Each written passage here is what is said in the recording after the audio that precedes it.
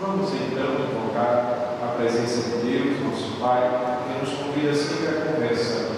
Converter o nosso coração é buscar cada vez sermos melhores e atuantes naquilo que faz parte de todo cristão, principalmente na caridade e na oração. Peçando perdão a Deus, rezemos juntos.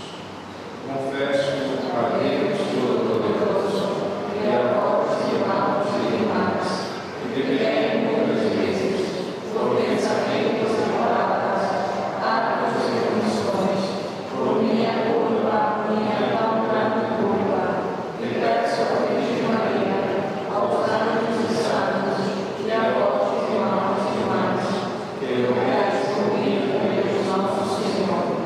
Deus Todo-Poderoso, rico de amor e misericórdia, tenha compaixão de nós, perdoe os nossos pecados e nos conduza à vida eterna. Amém. Senhor, tenha piedade. Senhor, tenha piedade.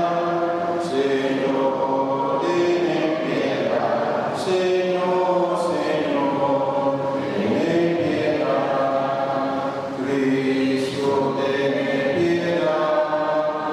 Cristo, tenha piedade. Cristo, tenha piedade.